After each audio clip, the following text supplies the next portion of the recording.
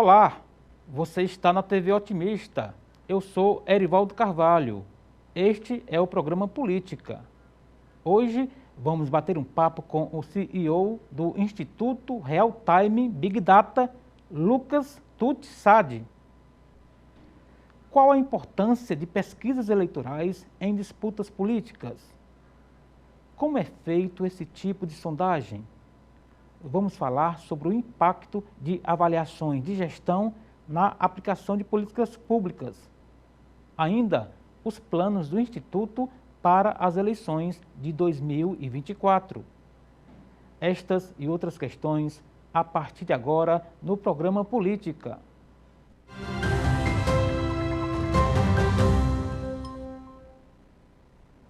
O Instituto Real Time Big Data atua no fornecimento de dados e análises. A empresa faz pesquisa de opinião, hábito de consumo, avaliações de gestão e tendência de mercado. E é com o CEO do Real Time Big Data, Lucas Sade, que converso no programa de hoje. Olá, Lucas, seja muito bem-vindo aos estúdios da TV Otimista, ao programa Política. Tudo bem?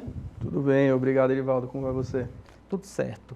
Ô Lucas, chama muita atenção em todo o processo eleitoral o impacto de pesquisas. Hoje é praticamente inimaginável, né? Você ter um processo eleitoral com os métodos e o formato de disputa política sem a figura da pesquisa eleitoral, né? Todo mundo meio que se move a partir daí. Eu queria que você contasse um pouco dessa história, como que se chegou a esse ponto em que uma pesquisa eleitoral ela é tão central numa disputa política. Olha, é importante a gente salientar que a pesquisa eleitoral nada mais é que a foto do momento do que a população está pensando no processo.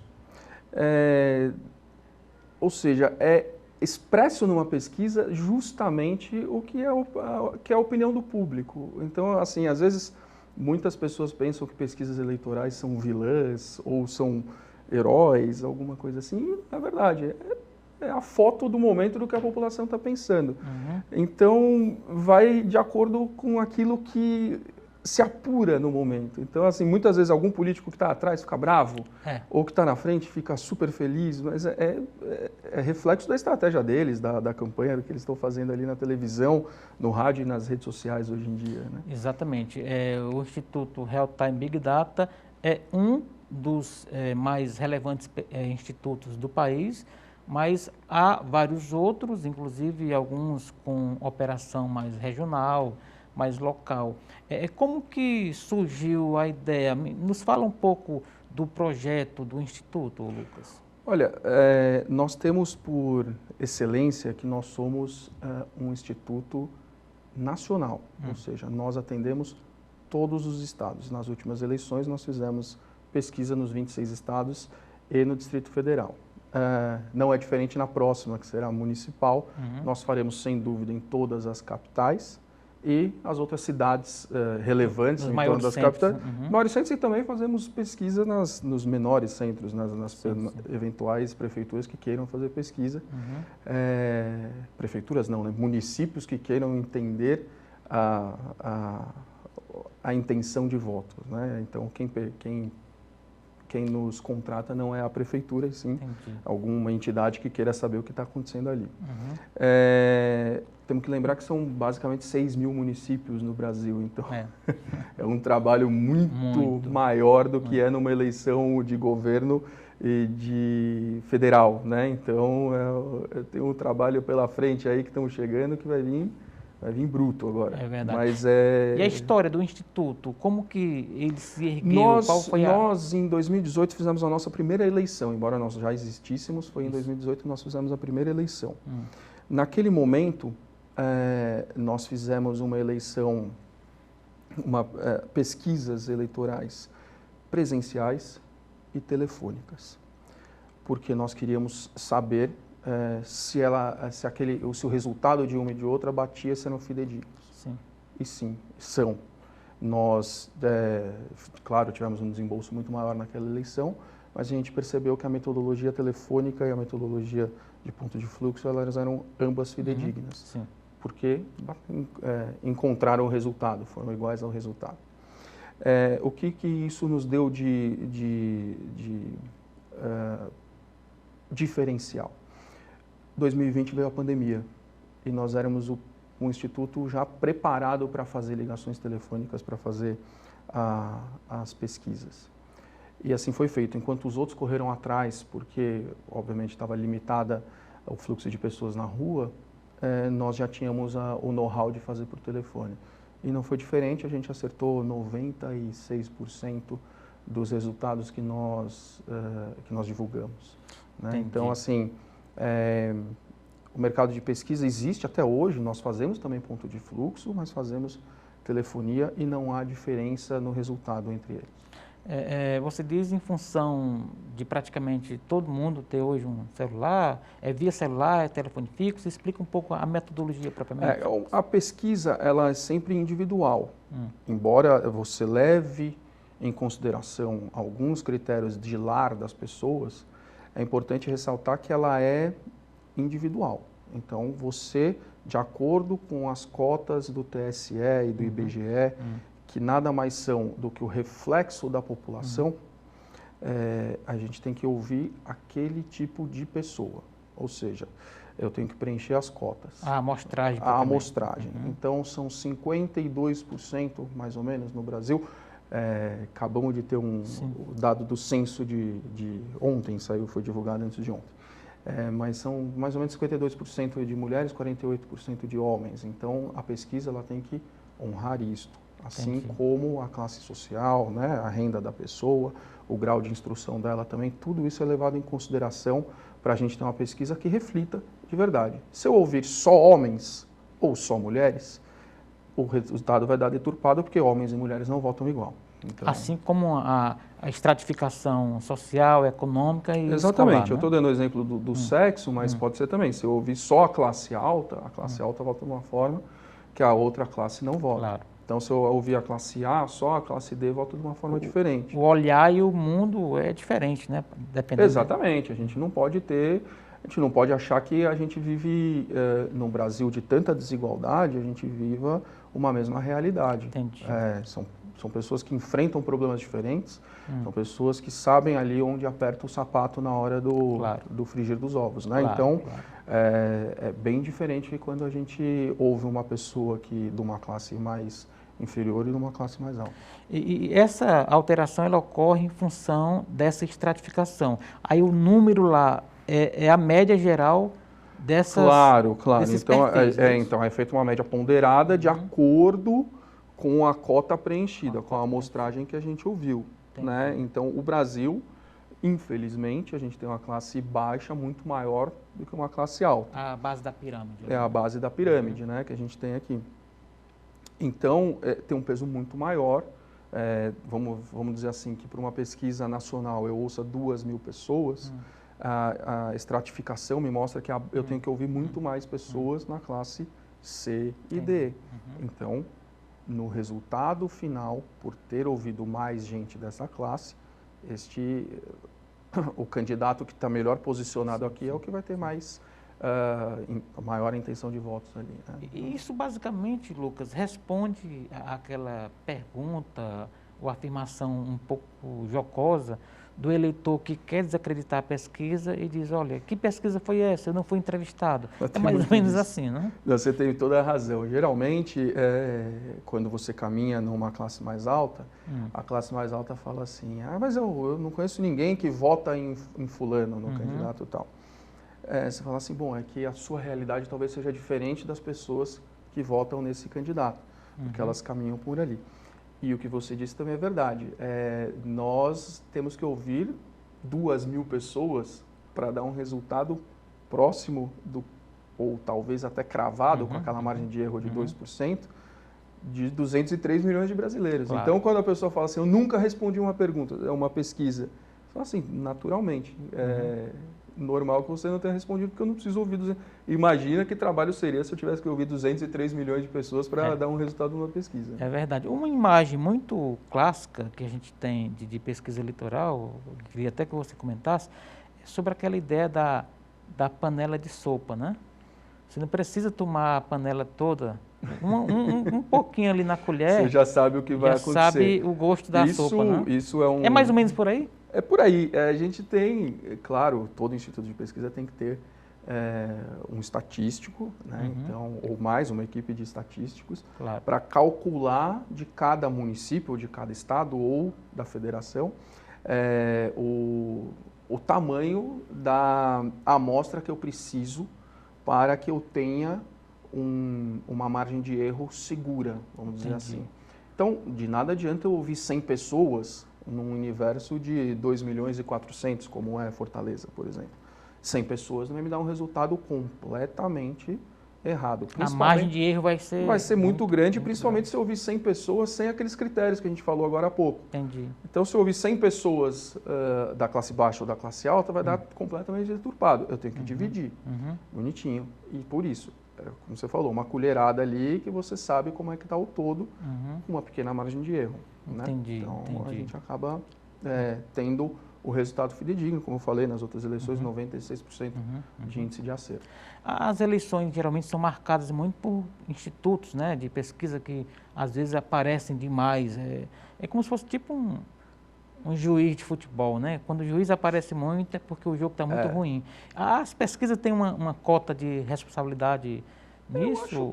Eu acho que é mais talvez seja o veículo que use a pesquisa de uma forma que queira enfatizar alguma coisa ou não.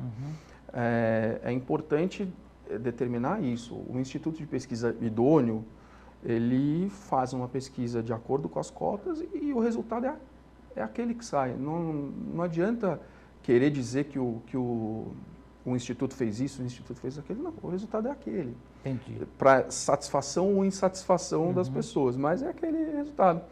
E assim a gente... Aí depois, a gente acaba segurando o rojão muitas vezes, achando que as pessoas, a opinião pública acha que o Instituto fez isso, o Instituto fez aquilo. O idôneo não faz esse tipo de coisa. Nós entregamos o resultado e é a questão da credibilidade, né? Do histórico, né? É o histórico. A gente acerta, você vê que a gente acertou.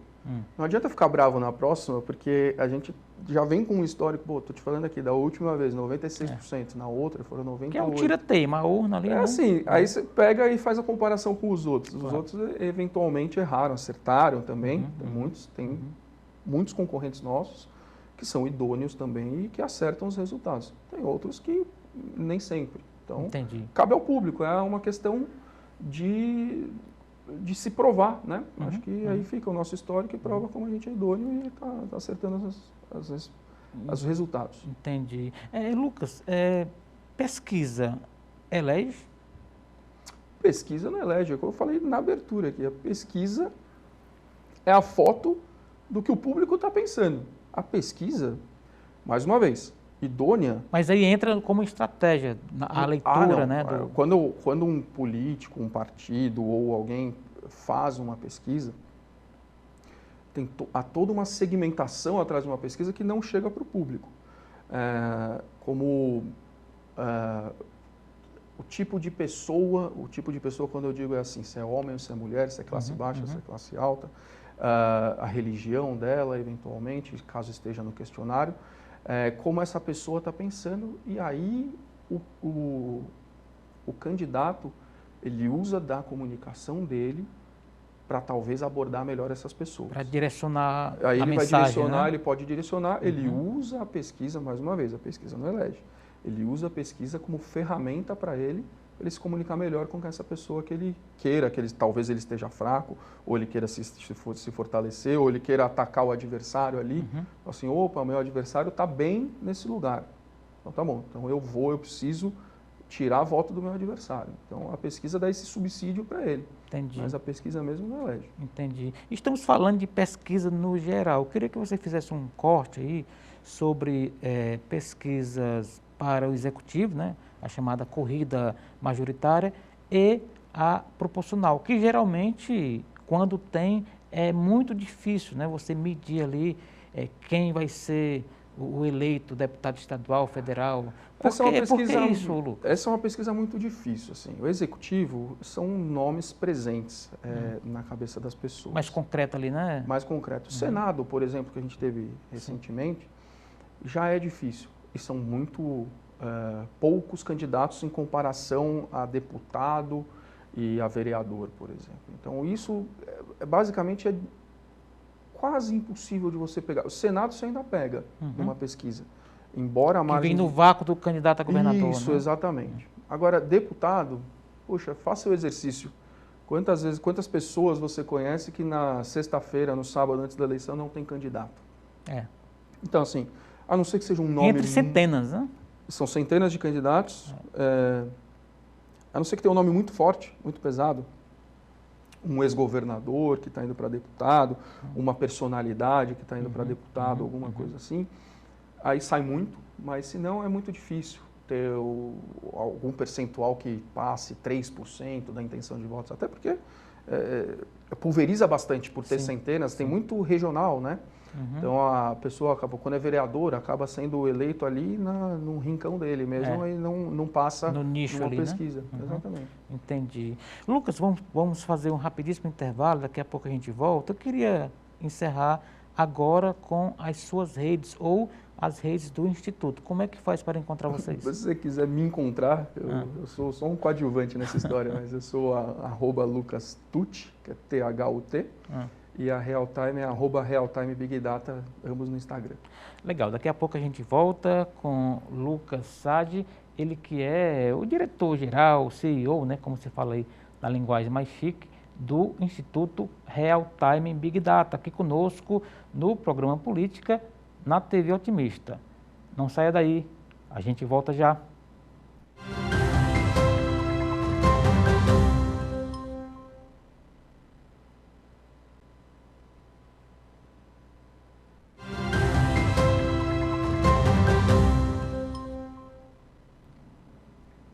Estamos de volta para o segundo bloco do programa Política de hoje. Você está na TV Otimista, eu sou Erivaldo Carvalho, aqui ao meu lado Lucas Sadi, ele é CEO do Instituto Realtime Big Data, aqui conosco nos ajudando a entender esse universo que chama muita atenção e que às vezes leva o público em geral, Lucas, a perceber o Instituto apenas como um mecanismo usado durante o processo eleitoral, mas os institutos eles atuam em outras áreas. Eu queria que você falasse um pouco desse leque de atuação da empresa que você dirige. Claro. Obviamente a gente não pode viver só de eleição, né? Afinal, elas acontecem de 2 em 2 anos. Então, o Instituto ele continua funcionando, e em ano eleitoral também, continua funcionando com outras vertentes, né? Além de pesquisa de opinião pública quantitativa, que é o que a gente faz numa eleição, nós também fazemos esse tipo de pesquisa quantitativa para entes privados. Qualquer pessoa, qualquer empresa, ela pode precisar de uma pesquisa e precisa de uma pesquisa justamente para saber a estratégia, se a estratégia que ela está funcionando, que ela está fazendo, está funcionando.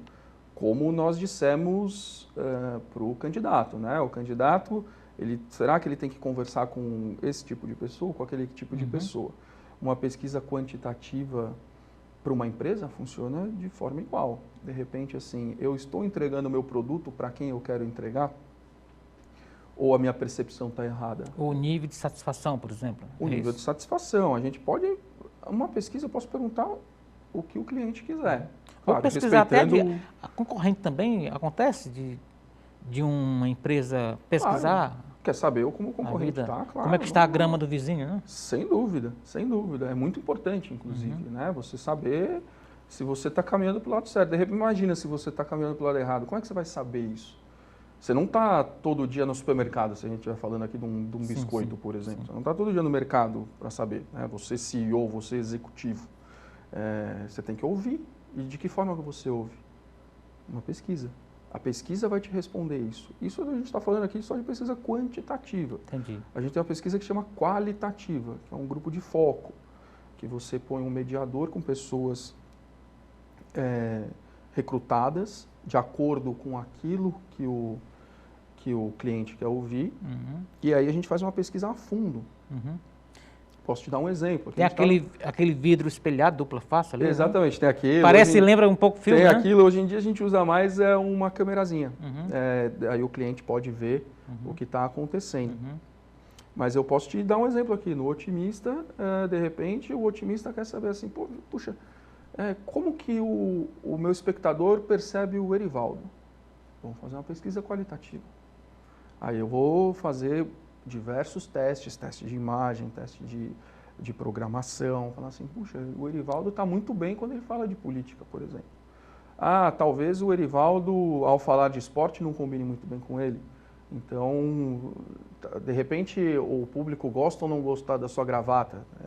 E vai nos mínimos detalhes. Entendi. Isso é estimulado por um mediador ali na Mediador. sala, né? Tem um mediador ali na sala que ele vai estimular a pessoa.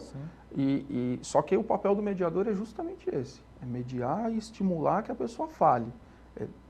Seria incorreto ele induzir uma resposta, porque aí a gente não está tendo a resposta do público ali. Aí está tendo uma opinião do mediador. Então, assim, são essas nuances que são importantes para a gente ter um resultado bom para o cliente. A gente quer sempre que o cliente venha a ganhar alguma coisa com isso, né? Essa que é a intenção quando se faz uma pesquisa, seja ela quantitativa ou qualitativa. Entendi. No caso do mercado privado, não só o hábito de consumo de um produto que já está lá na prateleira, mas, por exemplo, um que vai ser lançado. Ele é lançado dentro de um escopo que o Instituto capta, é isso? Antes dele ir para uma produção, a ideia vai para um grupo de foco. Super comum. O que? A cor da embalagem, o sabor? Tudo. Né? Olha, a gente está vendo que está um movimento, vamos supor aqui, um movimento para bolacha recheada. Bolacha ou biscoito, aqui não vamos brincar com o regionalismo.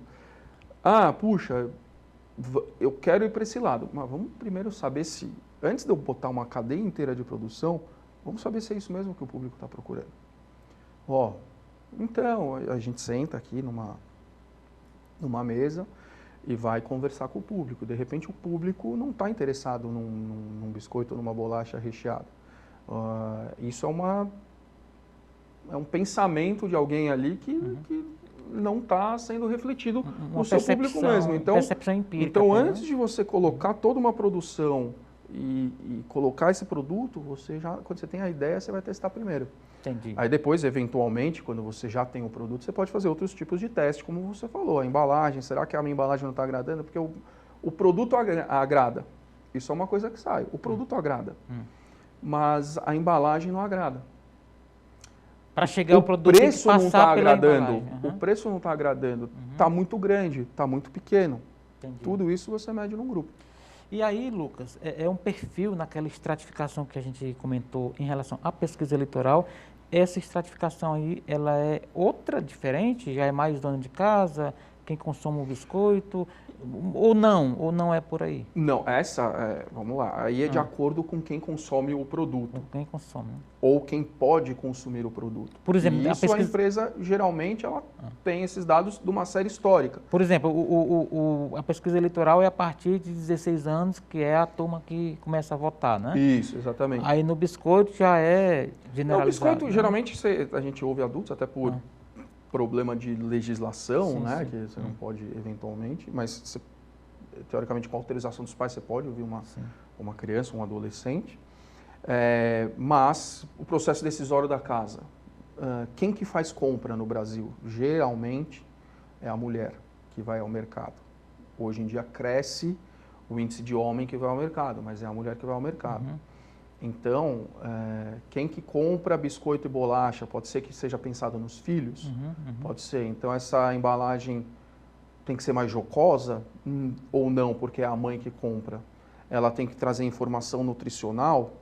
O que atrai melhor aquele público? É um público A, um público B, C ou D? É preço? Então, é esse tipo de coisa que a gente tira de uma análise de uma pesquisa qualitativa. Então, essa pessoa é mais suscetível a preço, é uma classe mais baixa. Entendi. Então, o que eu vou competir com o meu concorrente? Eu vou colocar preço, eu vou tentar abaixar meu preço. eventualmente, e aí é uma estratégia da empresa ou não, é diminuir a embalagem para baratear. Ou é aumentar a embalagem, já que eu tenho um produto barato, para atender a família inteira. De acordo com a estratégia deles. Mas tudo isso a gente tira de uma pesquisa qualitativa. Entendi. Uma última pergunta nesse ponto, depois a gente volta aqui para o eixo da nosso papo. Claro. Ainda existe aquela clássica fórmula do produto ter de atender aos 4 P's, preço, produto, praça e promoção? Ainda existe essa fórmula? Tem, e a pesquisa qualitativa subsidia muito isso, né? Então tem bastante, claro, isso é um dos mandamentos do marketing, né? Preço, praça, produto e promoção. Isso sim, tem muito, mas claro, o praça, eu acho que hoje em dia com os deliveries, tudo, né? As coisas estão muito mais fáceis. Mas sim, e a gente pode extrair de uma pesquisa exatamente isso. Falar assim, opa, como é o direcionamento aqui? Talvez esse seja um produto de delivery. Talvez seja. Talvez não. Talvez seja uma coisa que é aquele produto próximo ao caixa. Sabe, aquele de oportunidade. Fala assim, opa, não posso esquecer aqui aquele chicletinho que está ali sempre perto do caixa, aquela coisa assim. Tudo está posicionado de acordo com alguma coisa que alguém já pesquisou um dia. E baseado também nos hábitos, né, de consumo. Sem dúvida, sem dúvida. A gente chama de série histórica, né? É o hábito de consumo. O hábito de consumo é o ovo ou a galinha? Ele veio antes ou depois da pesquisa? Quem colocou aquilo ali provavelmente fez uma pesquisa para saber que aquilo ali vende bem ali. Isso. E aí virou um hábito, né? Isso. Então, assim, as coisas acontecem dessa forma e nunca achem que as coisas acontecem por acaso, né? É verdade, nunca, verdade. Quando um produto chegou lá na gôndola, ele está sendo desenvolvido há muito tempo e começou tudo com uma pesquisinha. E pesquisas que acabam reforçando a ideia de marcas que hoje são verdadeiras grifes, né? Você compra pela marca, né? Não necessariamente, às vezes, pelo produto, né? Ou seja, tem um histórico aí de credibilidade, né? Tem. Não, a marca em si, a gente tem marca que pegou com grandes investimentos e você só ouve aquele nome na televisão, no rádio. Tem outras marcas que pegaram, por serem pioneiras, talvez, ficou o nome daquele aparelho de barbear, aquele tipo de coisa, acabou ficando o nome daquilo associado como um sinônimo do produto e a marca. Tem até não sei se é função de linguagem, que é metonímia, né? Metonímia, né? Metonímia, é isso. É o produto pela marca, né? O produto pela marca, é isso. Verdade. Acaba... Sexta série, isso aí. Voltando... A professora vai ficar orgulhosa. Voltando aqui à ideia de pesquisa eleitoral, a gente tem, você falou agora há pouco, Lucas, da pesquisa quantitativa e da pesquisa qualitativa. A quali geralmente é feita para a gestão pública se avaliar também? Claro. Fazer um consumo interno dessa percepção? Isso. Muitas vezes, quando você faz uma pesquisa qualitativa, como nós falamos antes, ela sai e analisa a segmentação toda, que a gente falou de homem, mulher, religião, tipo coisa, aparece onde você está fraco ou onde você está forte. E se você quer se aprofundar ainda mais, você faz uma pesquisa qualitativa para entender aquilo. Entendi. Por que as mulheres de tal religião não estão votando no meu candidato, por exemplo? Então eu como comunicador, não eu no caso, né, mas o comunicador da pesquisa, porque tem todo um estrategista, comunicação da pesquisa, da campanha, ele vai atrás disso e vai falar assim, não, eu preciso entender, então, por que mulher dessa religião não está me ouvindo, não está votando e quando vota, por que vota? Transformar os dados em uma estratégia. Isso, exatamente. Então eu preciso de uma qualitativa, eu preciso ouvir meu público. Entendi. Ou ouvir aquele que não é meu público e vota no meu concorrente. Por que está votando no meu concorrente? A qualitativa tira esse dado para uma estratégia. Mas aí são duas coisas diferentes, né? A gente não pode confundir a pesquisa quantitativa que é feita para um veículo de comunicação com a pesquisa quantitativa que é feita, enfim, para campanhas políticas, esse tipo de coisas, as pesquisas internas das pessoas, né? São duas coisas diferentes. Entendi. E Lucas, e político que briga com pesquisa, né? Porque você tem ali no outro dia ou no mesmo dia, né? Hoje nos portais, etc., você tem quem está liderando ali sendo mais comedido, mais se sentindo feliz, tarará, às vezes segurando ali a comemoração, enquanto que os adversários que estão ali do meio para trás ficam ali, às vezes até sobrando para o próprio instituto de pesquisa. O que dizer numa hora dessas, Lucas? A gente começou esse papo aqui falando sobre isso. As pessoas, claro, elas ficam bravas, mas é a famosa frase de matar o mensageiro, né? Nós só estamos tirando uma foto. Você não gostou da foto, você vai lá e fica bravo com o fotógrafo. O fotógrafo não tem culpa, é a foto, é aquele momento. Então, mas sim, a gente sofre muito, hoje em dia nas redes sociais, ataques, as pessoas falam a respeito, não estão contentes com o resultado, mas a gente não fabrica resultado, a gente ouve a população. A população deu aquilo, ela trouxe aquela opinião dela e o candidato pode ficar feliz ou não, mas é aquilo que a gente tem de informação para trazer, né? E às vezes comunica ali para o grande público algo e quando se volta para dentro da campanha, aí a conversa já é diferente, né? Às vezes a realidade cai, né? Ali, né? Verdade, pode ser. Eu acho que às vezes as pessoas, os candidatos que são inteligentes, eles vão olhar aquilo e vão falar assim, temos alguma coisa errada aqui. Nós precisamos melhorar a nossa comunicação, melhorar a nossa estratégia. Certo. Mas, e aí depois vem a público e fala, puxa, a pesquisa está errada, mas né, ele tem que saber que ele pode crescer, pode cair, enfim, as coisas acontecem. E isso chateia a classe política ao ponto de já ter aí surgido a ideia de uma CPI dos institutos de pesquisa. Pois é. Você lembra dessa história? Como eu lembro dessa história? Assim...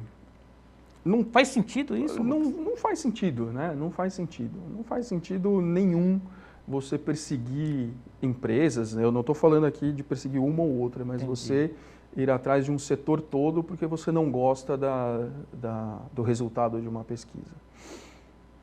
Pesquisas estão aí no mundo inteiro. Todo mundo vive com pesquisas e não é surpresa para ninguém que pesquisas, as que vão ao ar, são contratadas por veículos de comunicação, são minoria perto do que as próprias campanhas fazem. As campanhas pedem para institutos fazerem pesquisas para eles entenderem como os próprios candidatos deles estão. Às vezes quase toda semana, quase todo dia. Né? Na reta final ali, né? Tem uma metodologia de pesquisa que chama tracking, que é todo dia. Você ouve para saber como o seu candidato está. Isso é uma coisa que os próprios candidatos contratam. Às vezes até a reação imediata de uma peça na campanha eleitoral da TV, né? Exatamente. Tudo imediatamente você já sabe a reação.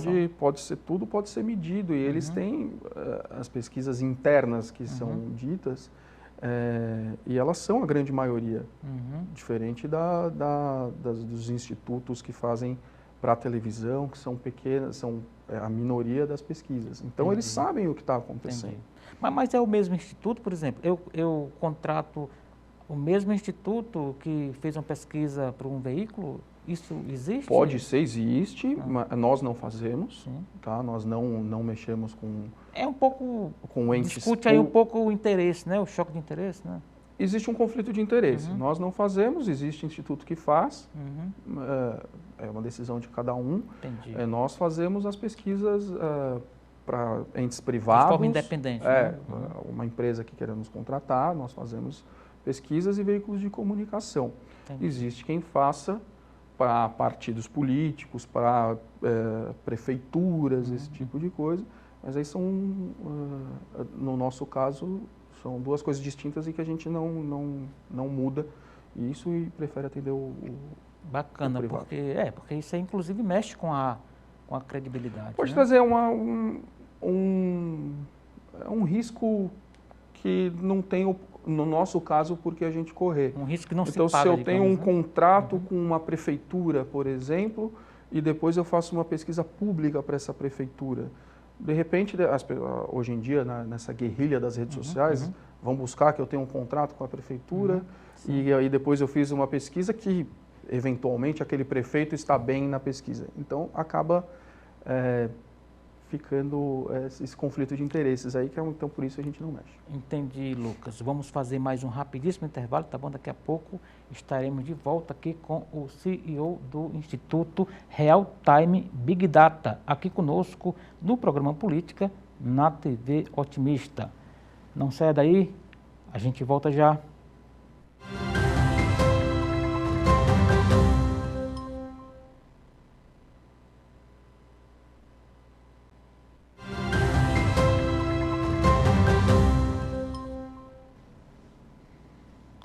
Estamos de volta para o terceiro e último bloco do programa Política de hoje.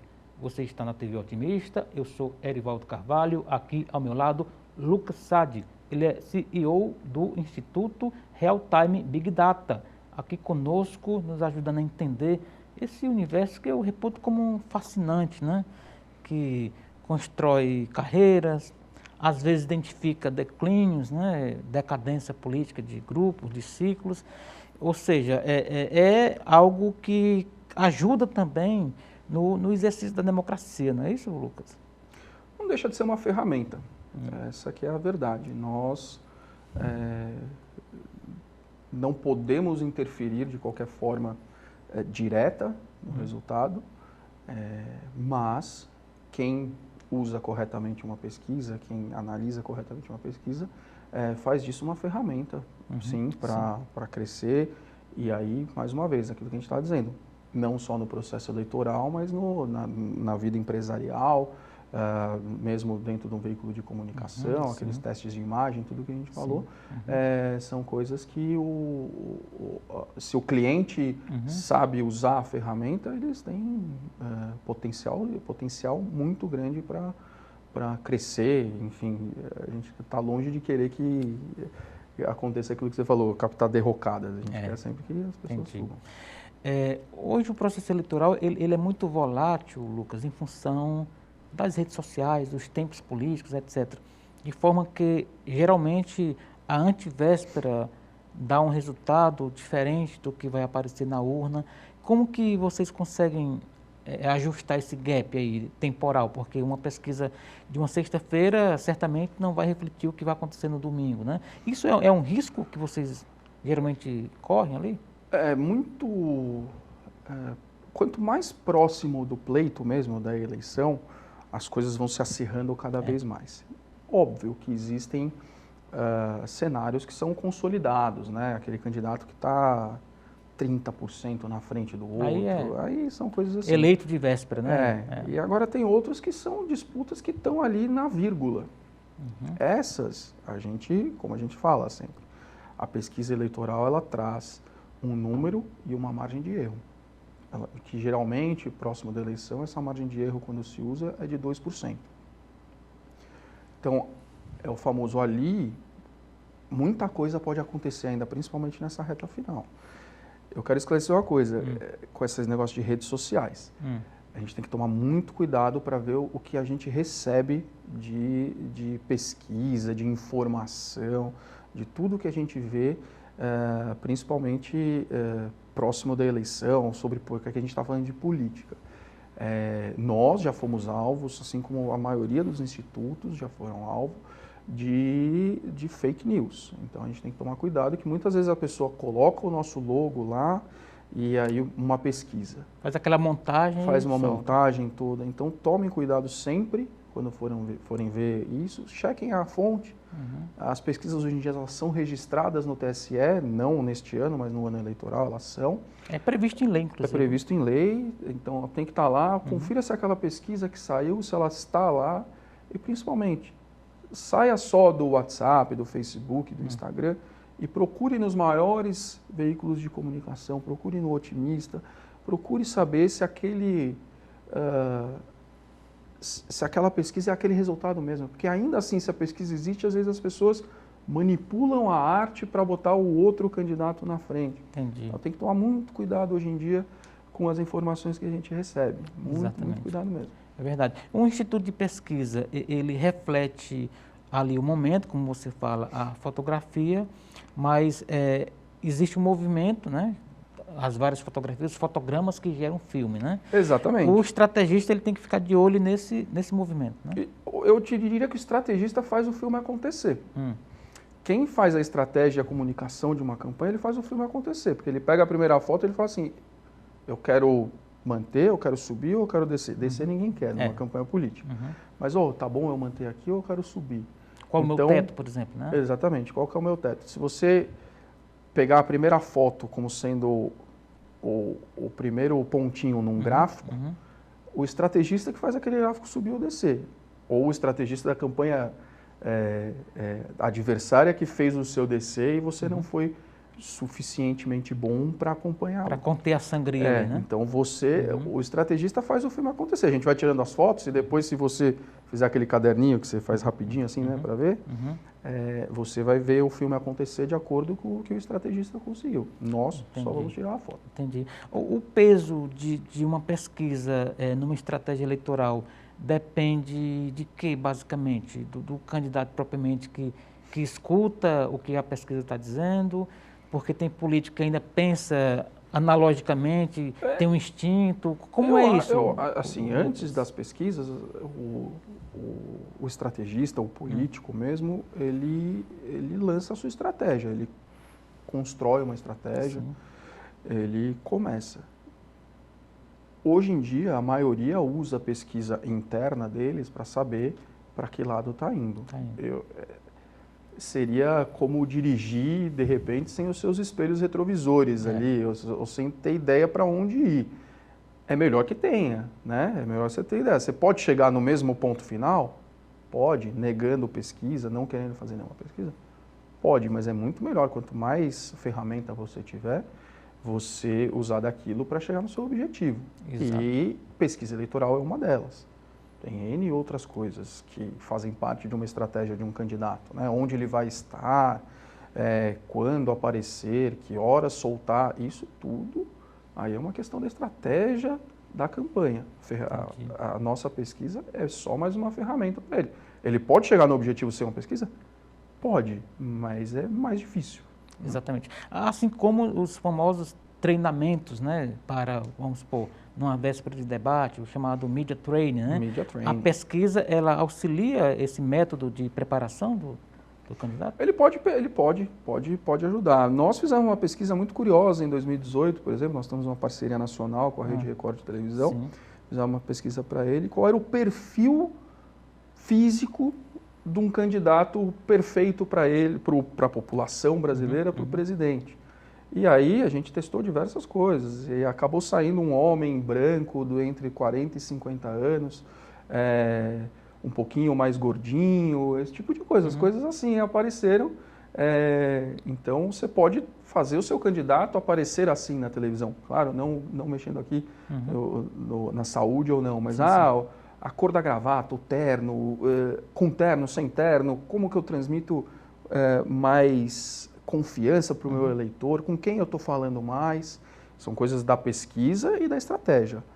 Eu vou usar esse debate para falar sobre a violência contra a mulher, alguma coisa nesse sentido. Então eu tenho bastante de media training, como você disse, que faz parte da estratégia do candidato aí para tudo. E não só o debate, onde o candidato vai estar, ele é a pessoa que está próxima, ele vai aparecer numa inauguração de alguma coisa, ele vai numa assinatura de livro, ou, sei lá, são diversas coisas que aparecem. Entendi. E aquele político clássico ali, aquele que é chefe do município há várias décadas, sabe onde estão os votos, todo ano ele ganha eleição, ou ele mesmo apoiando alguém, esse político ali já no final da carreira, como que vocês lidam com esse tipo de personagem, digamos assim? Porque acaba sendo, uma espécie meio que em extinção, mas ainda existe, né? Esse político clássico, né? Lembrando que assim, a gente não tem que lidar diretamente com ele, a gente Costuma seguir pesquisa? Costuma seguir pesquisa, é difícil, aí eu teria que estar dentro da campanha para saber se eles olham uma pesquisa ou não, como a gente não faz pesquisa para ente político, esse tipo de coisa, assim. Eu não sei se eles contratam ou não, mas possivelmente contratem. Contratem, até porque com as redes sociais hoje em dia, as mídias, está um pouco diferente a forma desse eleitor votar, por mais que ele tivesse... A gente viu na eleição de 2020 e 2018, até mesmo agora, em 2022 ainda voltaram alguns, mas a gente viu muita gente nova em detrimento de nomes fortes e antigos. Renovação. Que não garantiram vaga no Senado, por exemplo, lá em 2018, que não conseguiram outros cargos ali em 2020 e 2022 até que voltou um pouco do que se chama da velha política, né? A gente viu bastante isso acontecer, mas ainda assim, muitos nomes ainda novos. Vamos ver como é que vai ser, a gente não sabe quais serão os candidatos em 2024, mas deve ser uma coisa...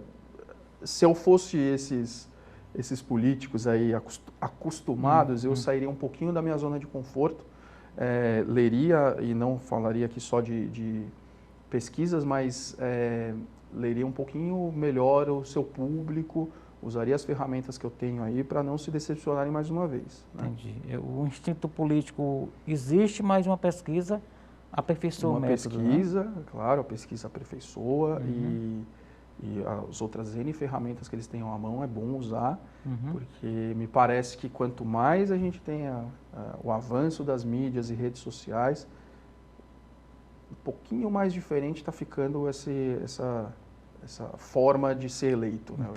Entendi. Ô Lucas, estamos chegando à reta final do programa, eu queria que a gente voltasse um pouco para a história da metodologia, né? Claro. Você falou ali da pesquisa presencial, onde você identifica um perfil e vai lá e aborda, e tem também a pesquisa por telefone. Só que há uma resistência aí, eu queria que você explicasse, uma pessoa recebe uma ligação não identificada, tem ali uma série de barreiras, né, que o Instituto tem que superar para poder realizar aquela pesquisa. Explica um pouco essa parte. Explico. É a mesma forma como você aborda uma pessoa na rua. Claro, quando você aborda uma pessoa na rua, você está falando aqui frente a frente com ela, você consegue talvez ter um poder de convencimento maior. Você acaba falando para ela, puxa, tudo bem?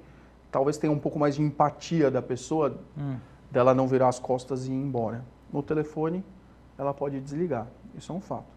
O resultado é o mesmo. Talvez a dificuldade seja maior para o telefone, o que nos implica ter um tempo a mais para fazer essa pesquisa. Um tempo a mais em telefone, que ainda assim é menor do que você fazer na rua. Mas a quantidade, a amostragem é a mesma? A amostragem é a mesma. Eu tenho que, de qualquer forma, se eu for fazer um universo, de acordo com aquelas todas cotas que a gente falou aqui, que a estatística prepara, o universo, a amostra, ela vai ser a mesma, exatamente a mesma, de acordo e respeitando os mesmos locais de tomada dessa entrevista. O que muda, de repente, é o número de pessoas que eu tenho que abordar. De repente, num ponto de fluxo, a cada 5 pessoas que eu abordo, eu consigo ouvir uma. Então, eu tentei, vamos lá, para uma amostra de 1.000, eu tentei 5.000 pessoas, consegui 1.000. Um aproveitamento de 20%. Né? Vamos lá, falar de um aproveitamento de 20%. Por telefone, talvez esse número seja triplicado. Eu tenho talvez tentar ouvir 15.000 pessoas para conseguir falar com 1.000. Mas a agilidade que o telefone traz para isso compensa esse número 3 vezes maior. Então, no fim, é uma pesquisa que ela é fidedigna, igual, e acaba sendo mais ágil, até mais rápido para se fazer. Para deixar claro, Lucas, você está dizendo que não há margem diferenciada na confiança de uma pesquisa presencial e por telefone? Em absoluto. Elas são idênticas. Idênticas, e nós temos. Nós também temos, também fazemos de ponto de fluxo e fazemos por telefone. O histórico basicamente... O histórico bate, nós em 2018 fizemos ambas paralelamente, os dois tipos, e bateu com o resultado. Até para consumo interno, né? Até para consumo interno, e a diferença hoje em dia para as pessoas que contratam é o preço. Nós temos capacidade de ir agora para a rua fazer uma pesquisa. E temos de fazer por telefone. É uma opção do cliente. E todos os clientes estão vendo o histórico positivo das pesquisas telefônicas, estão migrando para isso porque ela tem um custo menor. Legal, Lucas. Gostei demais do papo. Espero tê-lo outras vezes aqui no Grupo Otimista de Comunicação, no programa Política. Muito obrigado aí por dividir conosco um pouco da sua competência, da sua inteligência. Boa sorte, parabéns aí pelo trabalho. Despeça aí com as suas redes sociais ou enfatizando algo que a gente deixou de fora eventualmente aí do nosso papo. Não, eu quero só agradecer a hospitalidade de todos aqui, sempre foi muito bem recebido por vocês, pelo povo de Fortaleza. Gostei muito da cidade agora, conheci bem esses dias que eu estive aqui. Agradecê-los. Minha rede social, como eu disse, eu sou apenas um coadjuvante, mas é @lucastucci, T-H-U-T, ou da Realtime Big Data, aí sim é importante seguir, @Realtime Big Data no Instagram e também no Twitter, tá? Mas eu só tenho Instagram mesmo. Legal. Muito obrigado, Lucas, mais uma vez. E assim chegamos ao final da edição de hoje do programa Política. A todos o nosso muito obrigado pela companhia. Até o nosso próximo encontro. Forte abraço.